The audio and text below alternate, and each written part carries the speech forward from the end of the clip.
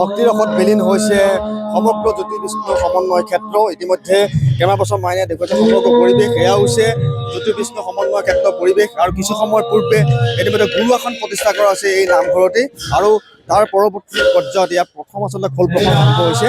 মই কেইবাবছৰ মাইনাত সমগ্ৰ দৃশ্য দেখুৱাবলৈ অনুৰোধ কৰিছোঁ। ইয়াত ৰাজ্যৰ ভিন্ন প্ৰান্তৰ ভকত বৈষ্ণৱসকল আহি একত্ৰিত হৈছে এই নামঘৰ প্ৰাংগণত। আৰু ইয়াতেই প্ৰথম এক খোল প্ৰসংগ আৰম্ভ হৈছে। ইয়াৰ পিছতেই নাম হ'ব আৰু তাৰপিছতেই দ্বিতীয় খোল প্ৰসংগ আৰম্ভ কৰিব। এয়া মই পোনে পোনে সমগ্ৰ দৃশ্য মই কেইবাবছৰ মাইনাক দেখুৱাবলৈ মই অনুৰোধ কৰিছোঁ।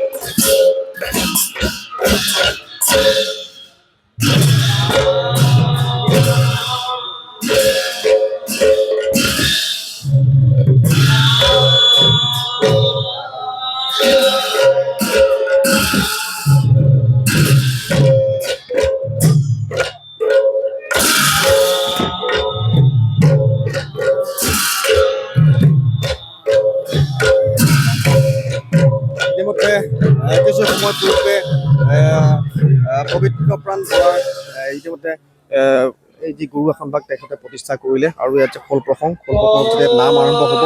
সমগ্ৰ দৃশ্য দেখুৱাইছে আচলতে ভক্তিৰ ৰসত বিলীন হৈ পৰিছে জামুগুৰিহাটৰ শ্ৰীমন্ত শংকৰদেৱ সংঘৰ 95 সংখ্যক বাৰ্ষিক অধিৱেশনস্থলীয়ে জ্যোতি বিষ্ণু সমন্বয় ক্ষেত্ৰ।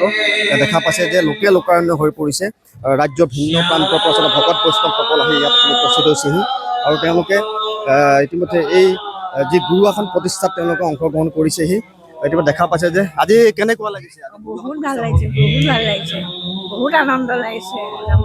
তেনেকুৱা এটা অনুষ্ঠান কৰি বহুত ভাল লাগিছে।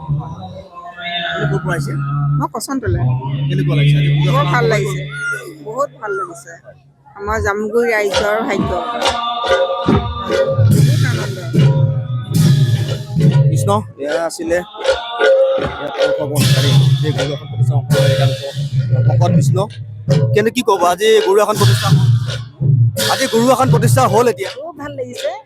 আমাৰ সৌভাগ্য যে আমাৰ জামুগুৰিহাটত তেজপুৰ জিলাৰ শাখাৰ এই অধিৱেশন ভাগ আহিলে আমি বৰ সৌভাগ্যৱান। ৰাইজৰ সেৱা কৰিবৰ কাৰণে আমি সুবিধা পাইছোঁ। এয়া আমাৰ কৃষ্ণই কৃপা কৰিছে। কৃষ্ণ এয়া এতিয়া দেখা পাইছে ইতিমধ্যে খোল প্ৰসংগ হৈ আছে। দেখা পাইছে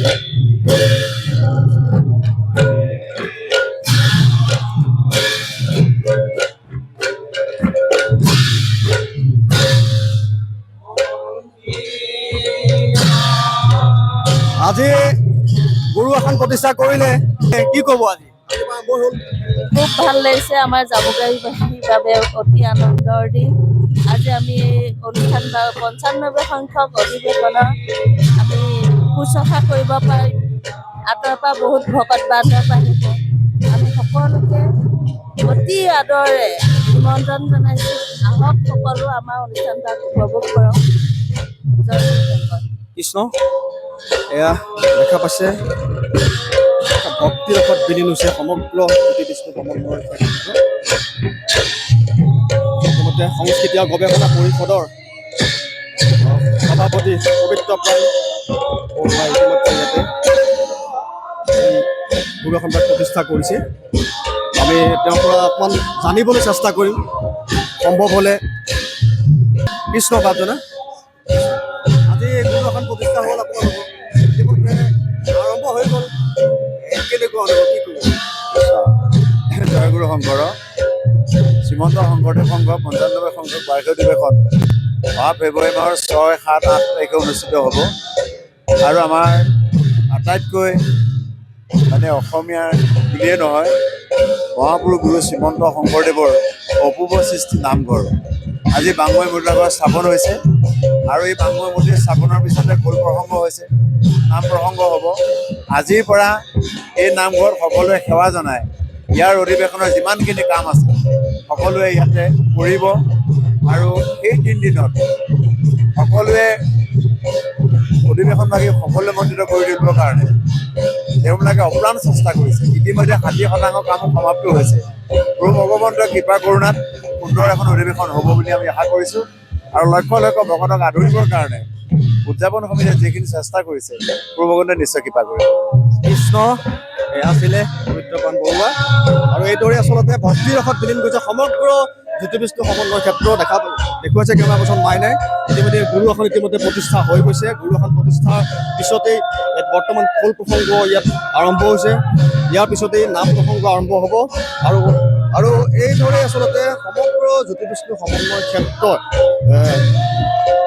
হৰিনামৰ ধুনীয়া মুখৰিত পৰিলক্ষিত হৈছে। আৰু অহা ৬, ৭ আৰু ৮ ফেব্ৰুৱাৰীত এই স্থানতে অনুষ্ঠিত হ'ব শ্ৰীমন্ত শংকৰদেৱ সংঘৰ ৫৫ সংখ্যক বাৰ্ষিক অধিৱেশন।